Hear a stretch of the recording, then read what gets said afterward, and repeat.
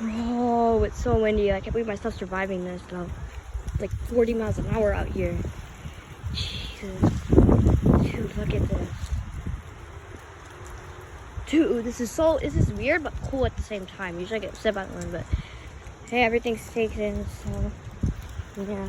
This went in the road, I'm not lying. And I had to like literally stake it back in and get more stakes for the bottom of it. So the legs are screwed in tight. I'll be right back.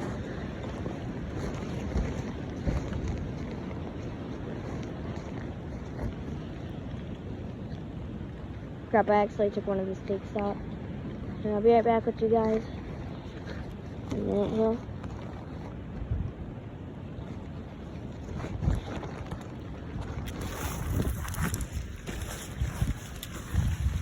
There we go. Alright guys, stay tuned for more updates on this channel. Bye.